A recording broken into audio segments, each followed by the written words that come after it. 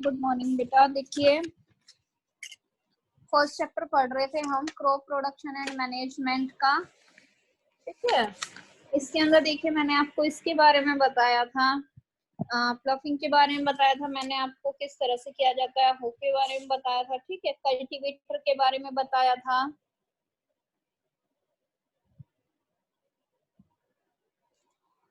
उसके बाद देखिए बेटा हमारे एडवांटेजेस क्या है प्लफिंग के।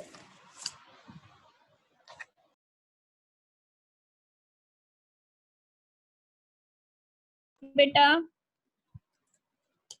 हमारे पास नेक्स्ट है कि हमारा जो प्लफिंग है उसके एडवांटेजेस क्या है हमारे पास। ठीक है,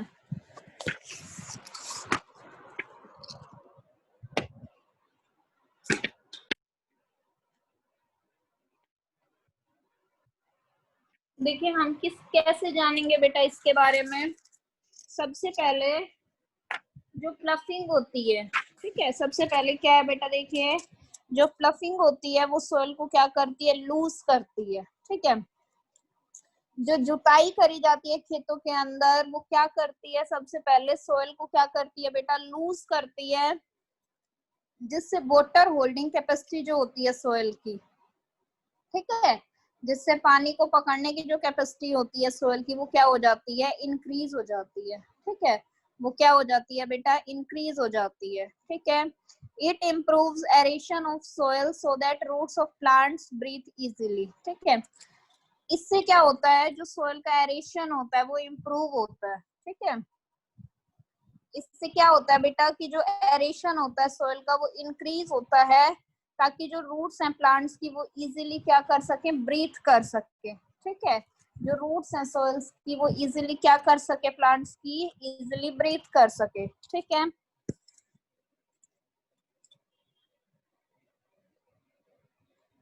उसके बाद नेक्स्ट देखिए बेटा, it uproots undesirable plants and weeds from the field. ठीक है, इससे क्या होता है, जो अनडिजायरेबल प्लांट्स होते हैं और वीड्स यानी कि जो कीड़े मकोड़े होते हैं, जो अनवांटेड चीजें होती हैं वो फील्ड से क्या होती हैं, बाहर निकल जाती हैं जोतने से। ठीक है, fluffing mixes manure and fertilisers well in the soil. Fluffing की वजह से क्या होता है बेटा, जो मैन्योर और फर्टिलाइजर्स होते हैं, ठीक है, क्या होता है, जो मैन्योर और फर्टिलाइजर्स होते हैं वो सोइल में अच्छे से क्या हो जाते हैं बेटा, मिक्स हो जाते हैं। ठीक है, क्या होता है, फ्लफिंग की वजह से जो मैन्योर और फर्टिलाइजर्स होते हैं वो सोइल में क्या हो जाते हैं, मिक्स हो जाते हैं अच्छे से। ठीक है, आया इतना समझ में, आया बेटा इतना समझ में।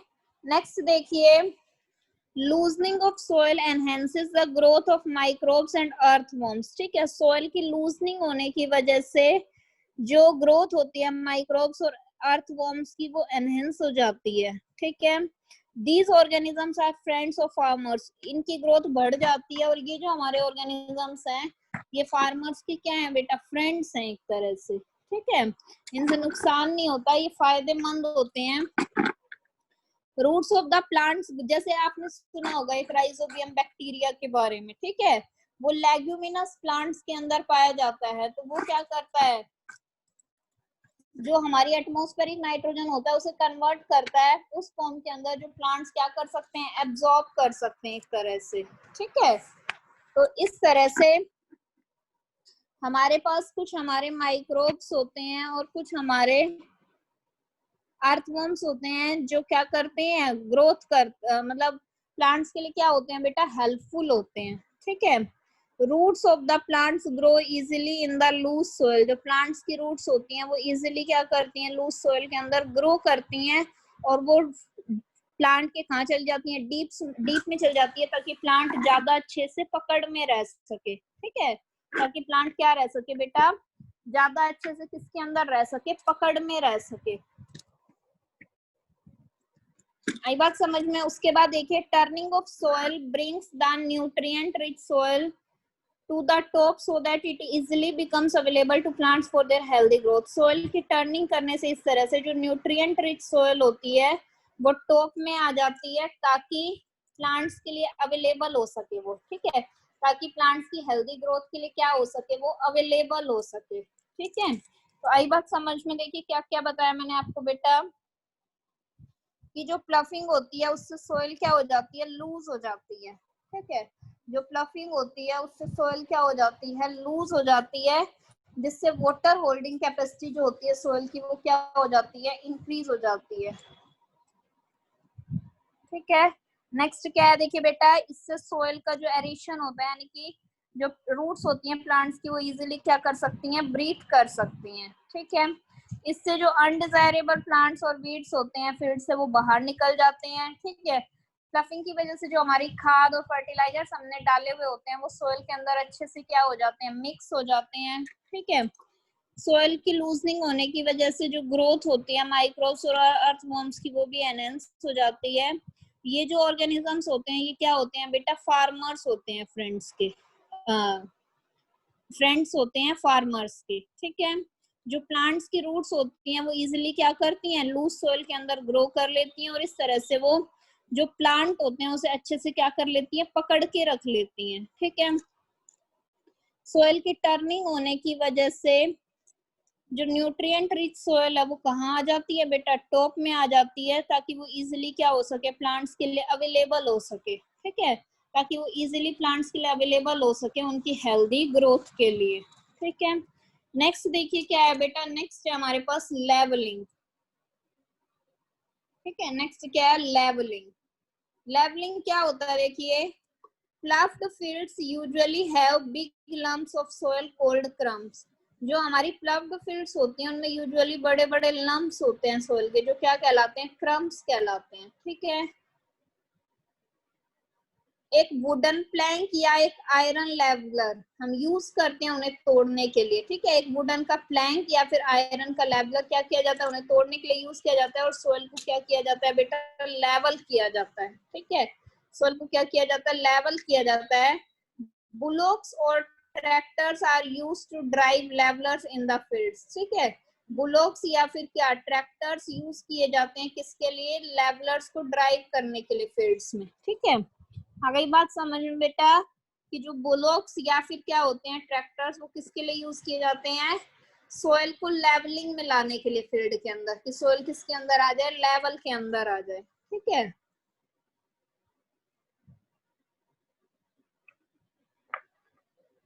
Levelling of the soil is essential for the following reasons. जो लेवलिंग होती है सोइल की वो जरूरी है किन किन वजह से, देखिए बेटा, सबसे पहले ये हेल्प करती है यूनिफॉर्म इरिगेशन में और प्रिवेंट करती है वाटर लॉगिंग फील्ड के अंदर। ठीक है, लेवलिंग करने से जो सिंचाई होती है वो सही ढंग से हो पाती है और इस तरह से पानी भी नहीं भरता है फील्ड के अंदर। ठीक है, it prevents the loss of moisture from ploughed soil. इस तरह से जो मॉइस्चर का लॉस होता है प्लफ्ड सोइल से वो भी क्या होता है, प्रिवेंट होता है। ठीक है, it prevents soil erosion as loose and uneven soil is more exposed to soil erosion. ठीक है, इससे क्या होता है, सोइल इरोजन प्रिवेंट होता है, क्योंकि जो लूज और अनइवन सोइल होती है वो एक्सपोज हो जाती है सोइल इरोजन के लिए, कटने के लिए। ठीक है, it helps in proper sowing of seeds at a proper depth. इससे जो बीज जो हम बोते हैं वो प्रॉपर जगह पे प्रॉपर डेप्थ पे बोए जाते हैं। Seed drills work easily on levelled soil. जो सीड ड्रिल्स होते हैं वो भी इजीली क्या करते हैं, लेवल्ड सोइल के ऊपर काम करते हैं। देखो इस तरह से लेवलिंग की जाती है या इस तरह से करी जाती है। ठीक है, ये हमारे लेवलिंग के दो हमारे इंस्ट्रूमेंट्स हैं। ठीक है, यहाँ तक पहले किसी को कोई प्रॉब्लम बेटा, हमने प्रिपरेशन ऑफ सोइल पर, यानी कि देखो सबसे पहले तो जहाँ हमें उगाना है, ठीक है, हमें उस मिट्टी को ही क्या करना पड़ेगा, सही करना पड़ेगा। जहाँ आपको बीज बोना है, जहाँ आपको पौधे लगाने हैं, सबसे पहले क्या करोगे, मिट्टी को ही वो करोगे। तो सबसे पहला जो पॉइंट था, देखिए हमारे पास ये पॉइंट्स हैं, प्रिपरेशन ऑफ सोइल, फिर selection and sowing of seeds, फिर मैन्योर करेंगे उसे, फिर वीडिंग करेंगे, हार्वेस्टिंग करेंगे, फिर इरिगेशन करेंगे, फिर क्रॉप की प्रोटेक्शन करेंगे, स्टोरेज करेंगे। ठीक है, तो इस तरह से ये हमारे पास सारे मेथड्स हैं। तो जिसके अंदर सबसे पहले हमने क्या किया है बेटा, प्रिपरेशन ऑफ सोइल करा है।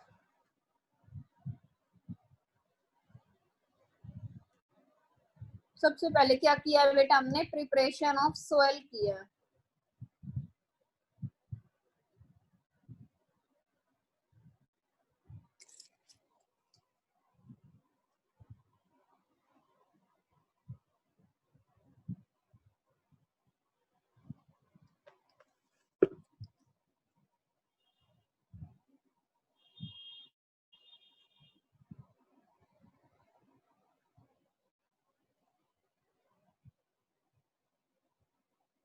उसके बाद देखिए बेटा नेक्स्ट हमारे पास है selection and sowing of seeds. अब हमें बीजों का सिलेक्शन करना है और उन्हें उगाना है। ठीक है, क्या करना है बेटा, बीज का सिलेक्शन करना है और फिर उन्हें उगाना है। ठीक है, तो देखिए सबसे पहले हमारे पास सिलेक्शन ऑफ सीड्स। ठीक है, सबसे पहले क्या है बेटा, देखिए सिलेक्शन ऑफ सीड्स, इसके अंदर क्या है, healthy and disease free seeds of good variety should be selected to raise the crop. ठीक है, इसके अंदर क्या है देखिए बेटा, हेल्दी और डिजीज फ्री सीड्स जो होते हैं गुड वैरायटी के, उन्हें सेलेक्ट किया जाता है। ठीक है, हेल्दी और जो डिजीज फ्री सीड्स होते हैं गुड वैरायटी के, उन्हें सेलेक्ट किया जाता है क्रॉप को रेज करने के लिए।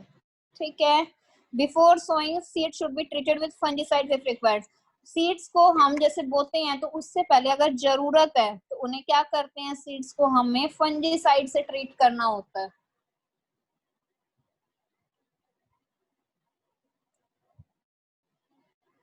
आई बात समझ में बेटा, क्या बोल रही हूँ देखिए मैं, कि हेल्दी और डिजीज फ्री सीड्स अच्छे ही वैरायटी के हमें सेलेक्ट करने हैं ताकि हमारी क्रॉप अच्छी उगे। ठीक है, बोने से पहले जो सीड्स हैं उन्हें क्या करना है, अगर जरूरत है तो किससे ट्रीट कर लेना है बेटा, फंजीसाइड से ट्रीट कर लेना है।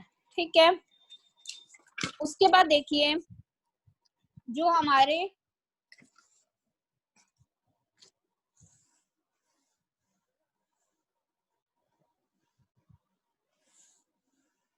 डैमेज्ड या नॉन वायबल सीड्स होते हैं, वो कैसे होते हैं बेटा, होलो होते हैं। ठीक है, यानी कि छेद होता है और हल्के होते हैं, इसीलिए वो पानी के सरफेस के ऊपर आ जाते हैं। ठीक है, अगर हम पानी डालेंगे तो पानी के सरफेस के ऊपर तैरने लग जाएंगे। वो जो सीड्स होते हैं वो जर्मिनेट नहीं करेंगे, अगर हम उन्हें बोएंगे तो वो नहीं उगेंगे। ठीक है, देखो जैसे टेस्टिंग अगर हमें करनी होती है हेल्दी सीड्स के लिए, देखो क्या करेंगे, जैसे हमने एक बीकर या कंटेनर ले लिया जो आधा किसका भरा हुआ है, पानी का भरा हुआ है। ठीक है, जो आधा किसका भरा हुआ है, पानी का भरा हुआ है, हमने उसमें मूंग के सीड डाल दिए। ठीक है, मूंग के सीड डाल दिए और उसे अच्छे से हिलाया। कुछ मिनट्स के बाद तुम्हें क्या दिखाई देगा कि कुछ सीड्स कहाँ आ जाएंगे बेटा, वाटर के सरफेस के ऊपर आ जाएंगे। ठीक है, जो कुछ सीड्स होंगे वो कहाँ आ जाएंगे, वाटर के सरफेस के ऊपर आ जाएंगे और वो क्या करने लग जाएंगे, तैरने लग जाएंगे। जबकि कुछ सीड्स आपके कहाँ चले जाएंगे, बॉटम पे चले जाएंगे। ठीक है, जबकि कुछ सीड्स आपके कहाँ चले जाएंगे, बॉटम पे चले जाएंगे। ठीक है, तो देखो जो आपके सीड्स ऊपर तैर रहे हैं तो यानी कि वो आपके कैसे सीड्स हैं, डैमेज सीड्स हैं। ठीक है, वो आपके कैसे सीड्स हैं बेटा, डैमेज्ड सीड्स हैं। ठीक है, आई बात समझ में, तो वो आपके डैमेज सीड्स हैं तो वो आपके कहाँ आ जाएंगे, ऊपर आ जाएंगे। ठीक है, और वो आपके वाटर के सरफेस के ऊपर तैरने लग जाएंगे, तो उन्हें आप क्या करोगे, मतलब निकाल सकते हो। ठीक है, फार्मर्स में raise their own seeds from previous crop. Farmers जो होते हैं वो अपने सीड्स को क्या करते हैं, प्रीवियस क्रॉप से निकाल भी सकते हैं, या गुड क्वालिटी के सीड्स जो होते हैं उनको खरीद भी सकते हैं। कहाँ से, स्टेट एग्रीकल्चर डिपार्टमेंट या फिर हमारा फीड का ऑपरेशन होता है वहां से। ठीक है, तो इस तरह से हमें सीड्स को सेलेक्ट करना है कि हमारे जो सीड्स होने चाहिए वो हेल्दी होने चाहिए, क्योंकि सीड्स अगर हेल्दी होंगे तभी क्रॉप की जो ग्रोथ होगी वो क्या होगी बेटा, अच्छी होगी। ठीक है, तभी हम क्या कह सकते हैं कि जो क्रॉप की ग्रोथ होगी वो क्या होगी, अच्छी होगी। ठीक है, नेक्स्ट देखिए क्या है बेटा, सोइंग ऑफ सीड्स। नेक्स्ट क्या आपके पास, सोइंग ऑफ सीड्स, यानी कि सीड्स को क्या करना है, उगाना है। ठीक है, two methods are use for sowing of seeds. देखिए दो तरीके यूज किए जाते हैं सीड्स को उगाने के लिए, manual method and mechanical method. ठीक है, कौन कौन से मेथड है बेटा, मैनुअल एंड मैकेनिकल मेथड। ठीक है, तो देखिए क्या है, broadcasting, manual scattering of seeds in the field by hand is called broadcasting. ठीक है, जब हम सीड्स को हाथों से उठाते हैं खेत में तो वो हमारा क्या कहलाता है, ब्रॉडकास्टिंग। और ऐसा हम मतलब हाथ से लगाते हैं तो वो हमारा क्या कहलाता है बेटा, ब्रॉडकास्टिंग, यानी कि हाथ से उठा के हमने लगा दिया, बो दिया। और ऐसा हम कब कर सकते हैं, जब खेत हमारे पास क्या होते हैं, छोटे। देखिए इस तरह से दिखाई दे रहा है, जैसे हाथ से ही क्या कर रहे हैं, सीड्स को फैला रहे हैं। ठीक है, तो ये हमारे पास क्या होता है, ब्रॉडकास्टिंग होता है बेटा। ठीक है, ये हमारे पास क्या होता है, ब्रॉडकास्टिंग होता है। डिसएडवांटेजेस क्या है देखिए, it results in uneven distribution of seeds. इससे सीड्स हम भले ही हाथ से तो फैलाते हैं, लेकिन जो हमारा सीड्स का डिस्ट्रीब्यूशन होता है वो अनइवन होता है, यानी कि अच्छे से नहीं हो पाता। ठीक है, जो हमारे सीड्स का जो डिस्ट्रीब्यूशन होता है वो कैसा होता है बेटा, अनइवन होता है। ओवर क्राउडिंग हो जाती है कुछ जगह पे। ठीक है, किसी किसी जगह पे क्या हो जाता है बेटा, ओवर क्राउडिंग हो जाती है। And sparse at other places, मतलब किसी जगह पे बिल्कुल ही कम रह जाते हैं और किसी जगह पे क्या हो जाता है, बहुत ज्यादा सीड्स हो जाते हैं। ठीक है, crowded seedlings are later on handpicked to maintain distance between them which needs manual labor। ठीक है, जो हमारे crowded seedlings होते हैं फिर उन्हें हाथ से उठा के हमें उनके बीच में distance maintain करना होता है।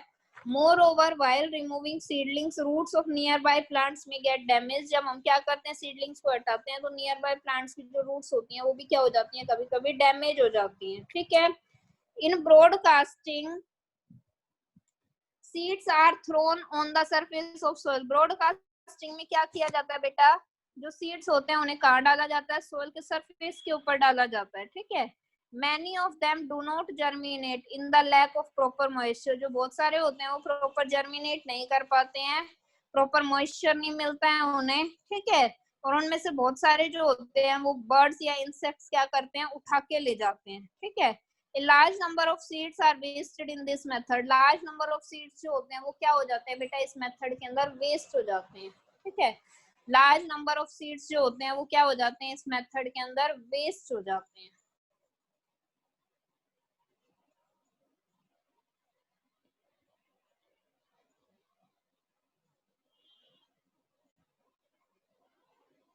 आई बात समझ में? देखिए क्या क्या बताया इसके अंदर मैंने, डिसएडवांटेजेस क्या क्या बताई बेटा ब्रॉडकास्टिंग की, कि इससे जो सीड्स का डिस्ट्रीब्यूशन होता है वो कैसा होता है बेटा, अनइवन होता है। ठीक है, इसकी वजह से जो सीड्स का डिस्ट्रीब्यूशन होता है वो कैसा होता है बेटा, अनइवन होता है। सर्टेन प्लेसेस पे क्या हो जाती है, ओवर क्राउडिंग हो जाती है, और किसी कोई कोई जगह क्या रह जाती है, खाली रह जाती है। जो क्राउडेड सीडलिंग्स होते हैं फिर वो क्या करते हैं, हैंड पिक से उठाए जाते हैं ताकि उनके बीच में डिस्टेंस रहे। ठीक है, और ब्रॉडकास्टिंग में सीड्स को सोइल के सरफेस के ऊपर फेंका जाता है, उनमें से बहुत सारे जर्मिनेट नहीं कर पाते क्योंकि उन्हें प्रॉपर मॉइस्चर नहीं मिलता, और बहुत सारे बर्ड्स और इंसेक्ट्स उठा के ले जाते हैं। ठीक है, लार्ज नंबर ऑफ सीड्स इस मेथड के अंदर क्या हो जाते हैं बेटा, वेस्ट हो जाते हैं। ठीक है, तो चलिए अब बताइए मुझे, कौन बताएगा, खुशबू। अनम्यूट करिए बेटा अपने आप को, खुशबू। Yes ma'am. हाँ बेटा, ये बताओ कि हमें कैसे पता चलता है कि हेल्दी सीड्स कौन से हैं और हमारे डैमेज सीड्स कौन से हैं। आप कैसे टेस्ट कर सकते हो, अभी हमने एक्टिविटी करी थी ना टेस्टिंग करने की, कैसे कर सकते हैं।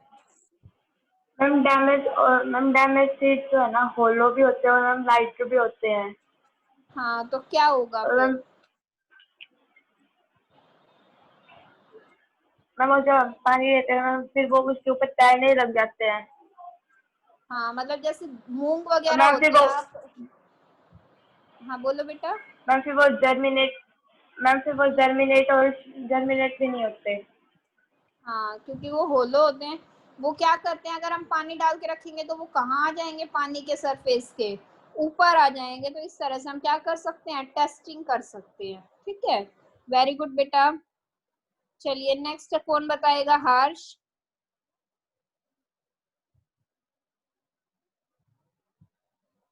हर्ष अनम्यूट करिए बेटा। हाँ बेटा, ब्रॉडकास्टिंग क्या होता है हर्ष।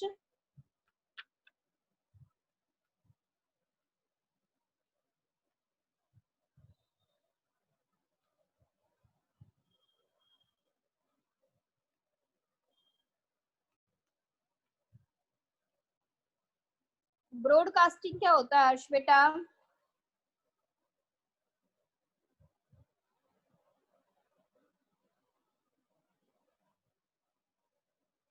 बताइए गौरी।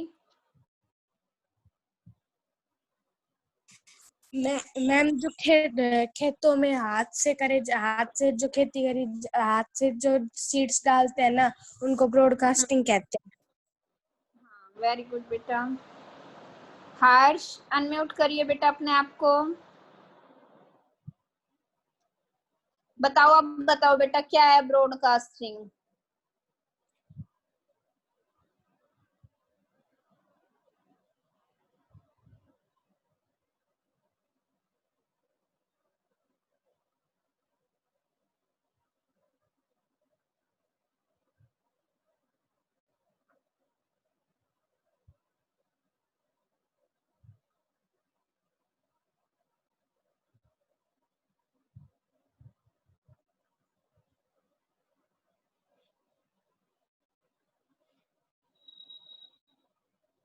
चलिए अक्षु, अक्षु अनम्यूट करिए बेटा अपने आप को। Yes ma'am.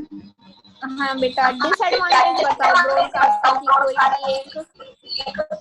मैम वो हाँ बोलो बेटा।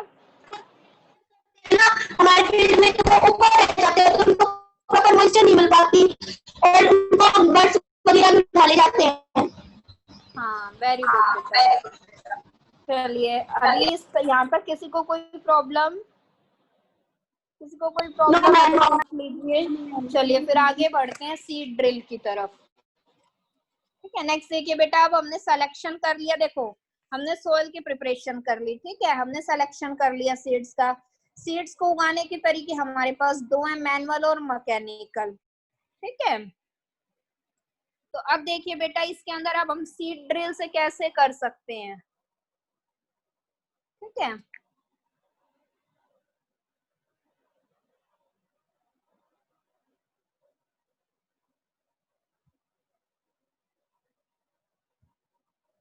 ठीक है, देखिए सीड ड्रिल क्या है बेटा, implement use for sowing of seeds.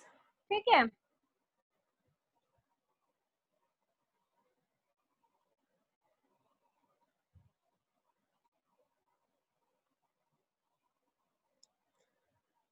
ठीक है, देखिए क्या है बेटा, इम्प्लीमेंट जो यूज किए जाते हैं सीड्स को उगाने के लिए वो क्या कहलाता है आपका, सीड ड्रिल।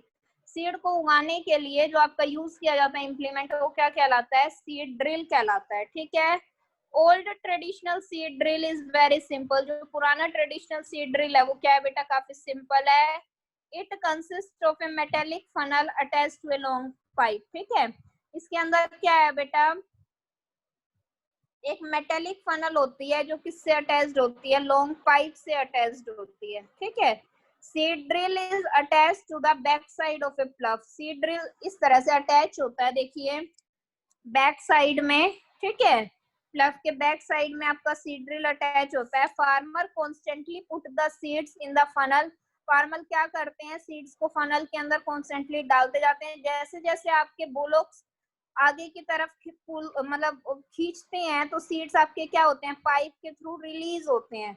जो सोयल के जो फुरोज बना रखे हैं, ठीक है, जो आपने प्लफिंग से फुरोज बनाए थे उसके अंदर सीड्स क्या होते हैं आपके पाइप के थ्रू रिलीज होते जाते हैं। ठीक है, आजकल more advance type seed drills की और प्लफ्स की यूज की जा रही है, जिसमें 4 से 5 फुरोज एक टाइम पे बना दिए जाते हैं और सीड्स भी साइमल्टेनियसली सभी में 4 से 5 फुरोज के अंदर रिलीज हो जाते हैं। ठीक है, और जो सीड ड्रिल्स होते हैं वो कौन चलाते हैं, ट्रैक्टर्स के द्वारा चलाए जाते हैं। ठीक है, आई बात समझ में। देखिए बेटा सीड ड्रिल के अंदर क्या होता है, हमारा जो पुराना मेथड था उसके अंदर क्या था, एक लॉन्ग मेटेलिक फनल होती थी जो एक लॉन्ग पाइप से अटैच्ड होती थी।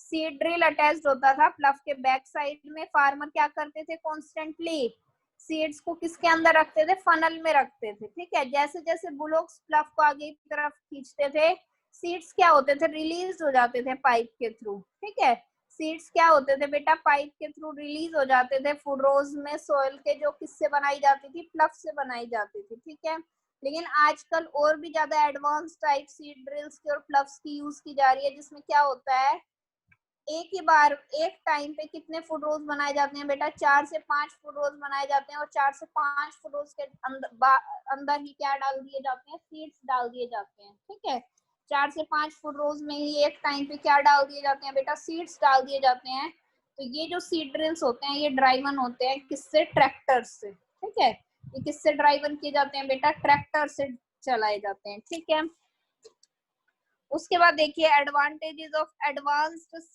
Seed drills. ठीक है, देखिए जो एडवांस सीड ड्रिल्स हैं उनके एडवांटेजेस क्या हैं, ठीक है। देखिए appropriate distance among the seeds is important to avoid overcrowding of plant. Appropriate distance होनी चाहिए सीड्स के बीच में, वो जरूरी है ताकि प्लांट्स में क्या ना हो, ओवरक्राउडिंग ना हो, ठीक है।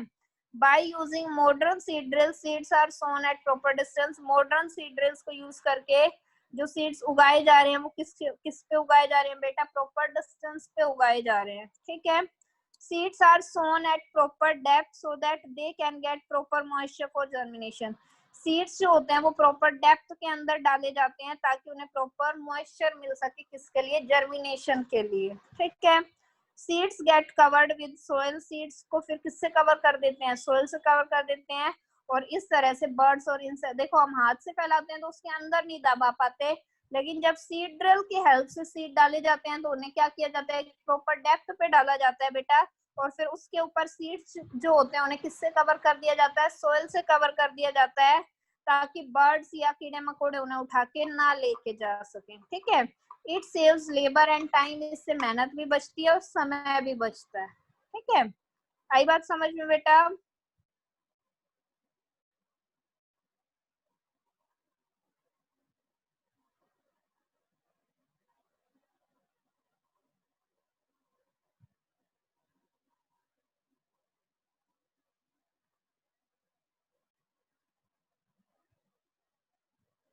आ रही है बात समझ में? देखिए क्या बताया मैंने आपको कि अप्रोप्रिएट डिस्टेंस होनी चाहिए सीड्स के बीच में ताकि क्या ना हो, ओवर क्राउडिंग ना हो, किसकी, प्लांट्स की। जैसे जैसे प्लांट्स बड़े होंगे अगर सीड्स डिस्टेंस पे नहीं होंगे तो प्लांट्स की क्या होने लग जाएगी बेटा, ओवर क्राउडिंग होने लग जाएगी। तो मॉडर्न सीड ड्रिल्स को यूज करके सीड्स जो होते हैं उन्हें किस पे लगाया जाता है, प्रॉपर डिस्टेंस पे लगाया जाता है।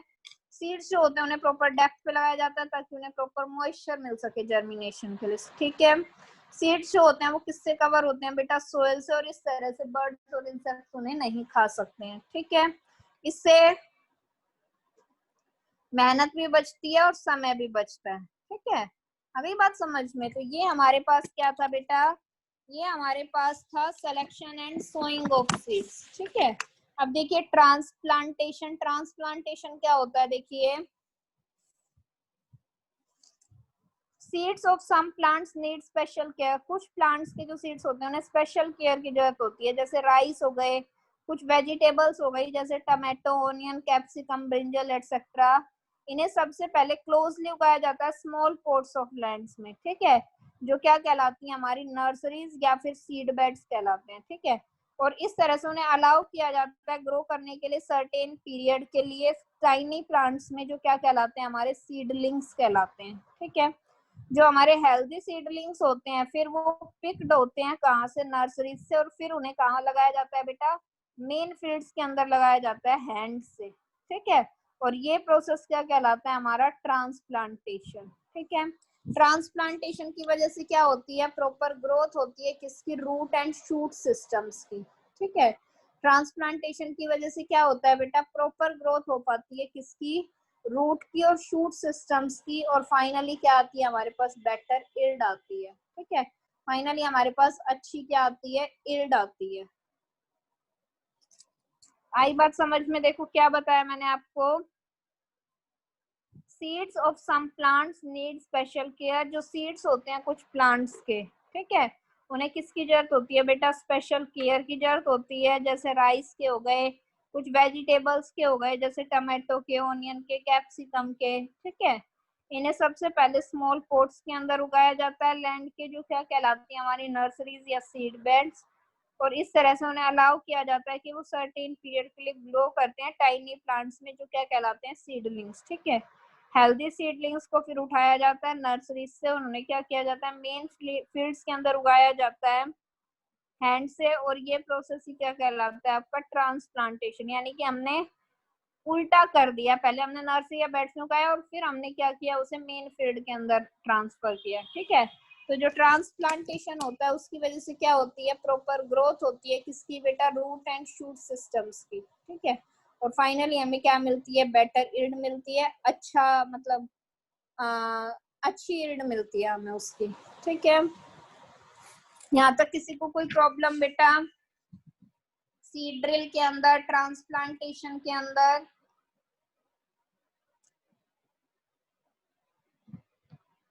किसी को कोई प्रॉब्लम है तो पूछिए बेटा।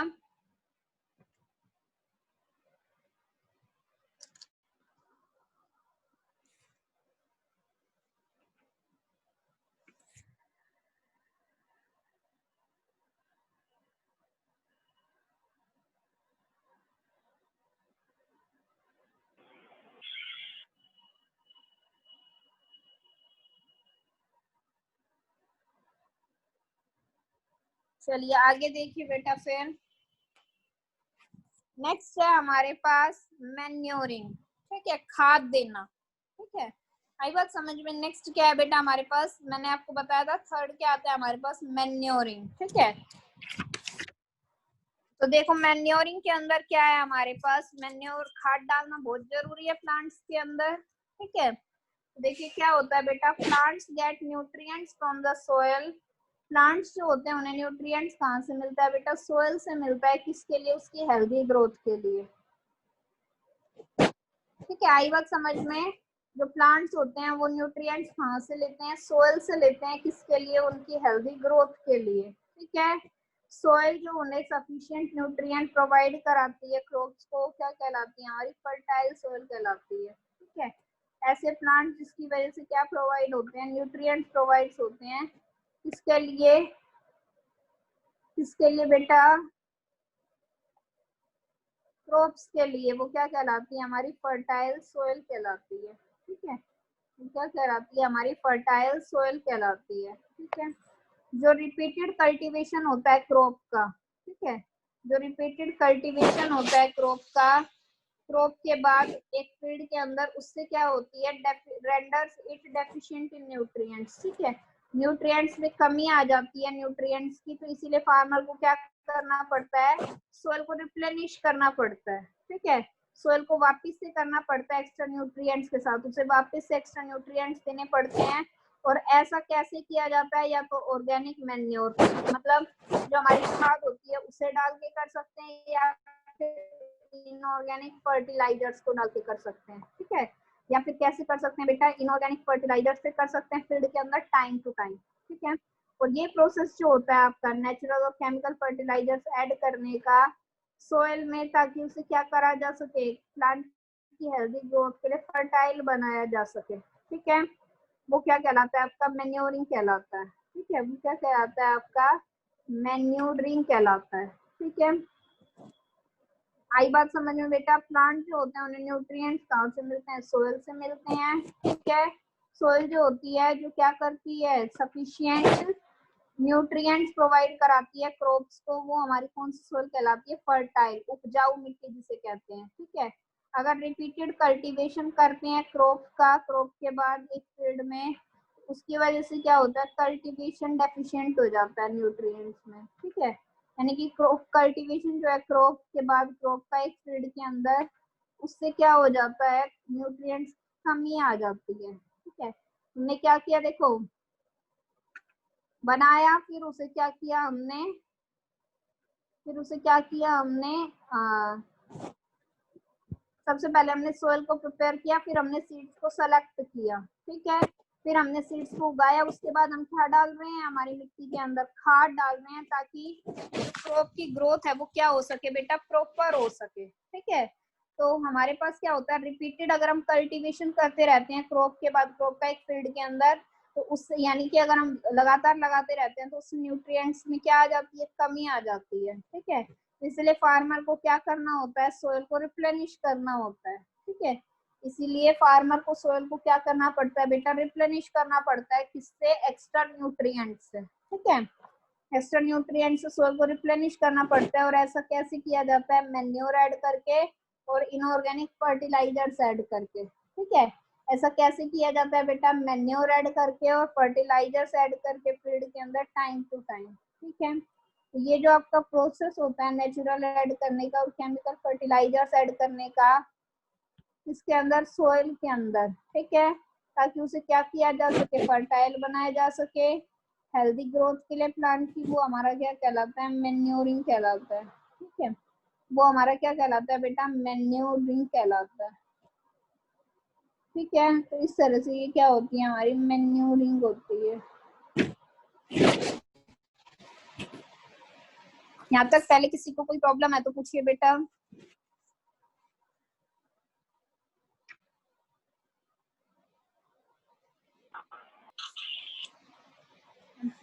कौन बताएगा, चलिए फिर।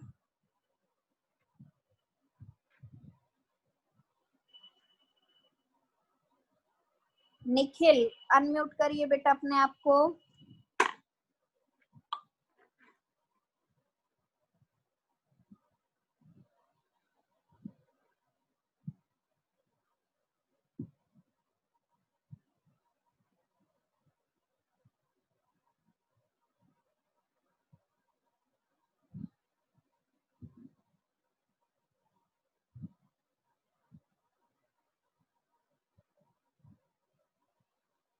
निखिल अनम्यूट करिए बेटा अपने आप को। हाँ बेटा बताइए, फर्टाइल सोइल किसे कहते हैं? हाँ, फर्टाइल सोइल किसे कहते हैं बेटा?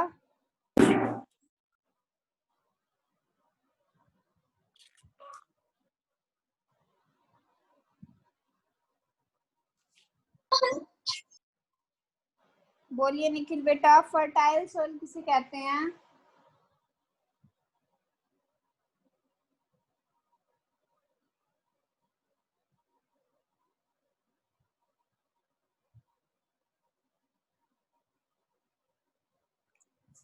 निखिल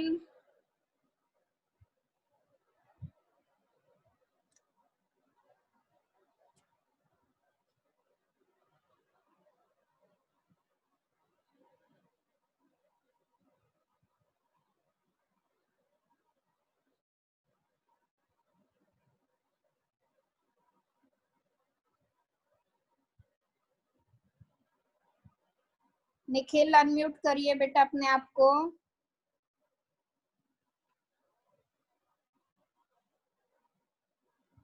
चलिए ठीक है, देखिए बेटा, अब हमारे फर्टिलाइजर्स, ठीक है, नेचुरल फर्टिलाइजर्स क्या होते हैं, इनऑर्गेनिक फर्टिलाइजर्स क्या होते हैं, और मेथड्स क्या होते हैं सोil की फर्टिलिटी के, वो पढ़ेंगे हम, और इरिगेशन के बारे में पढ़ेंगे, ठीक है, सिंचाई कैसे करते हैं फिर, ठीक है। चलिए ये हम कल पढ़ेंगे, यहाँ तक अच्छे से पढ़ना है और आपको सारा अच्छे से देखना है इस चैप्टर को, ठीक है। Thank you.